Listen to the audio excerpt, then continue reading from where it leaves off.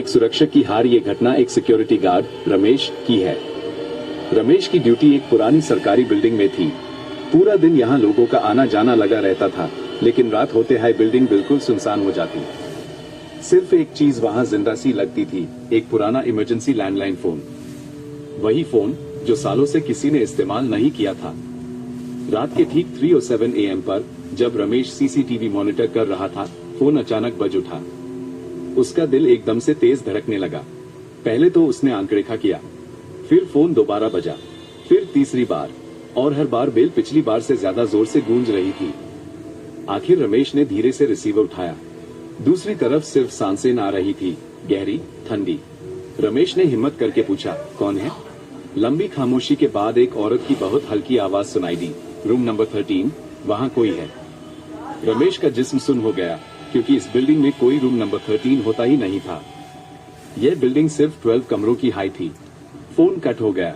डर के बावजूद रमेश टॉर्च लेकर फर्स्ट फ्लोर की तरफ बढ़ा।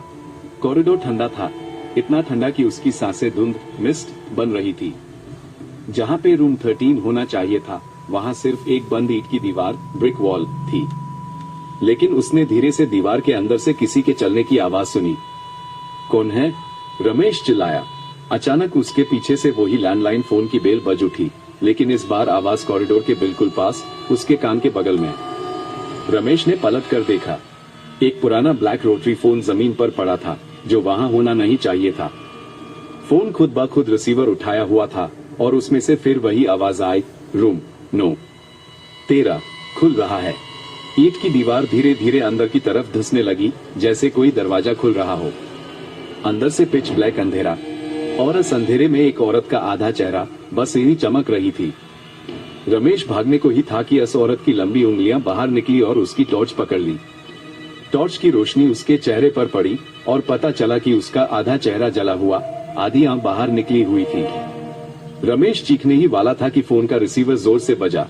तुमने फोन उठाया था, अब रूम 13 तुम्हारे लिए खुल गया है। अगले ही पाल सारी बिल्डिंग की लाइट्स बैंड हो गई, और सीसीटीवी फुटेज में आखिरी चीज जो रिकॉर्ड हुई, एक आदमी को कॉरिडोर में अंधेरे की तरफ घिसते हुए ले जाते हुए दिखाया दिया।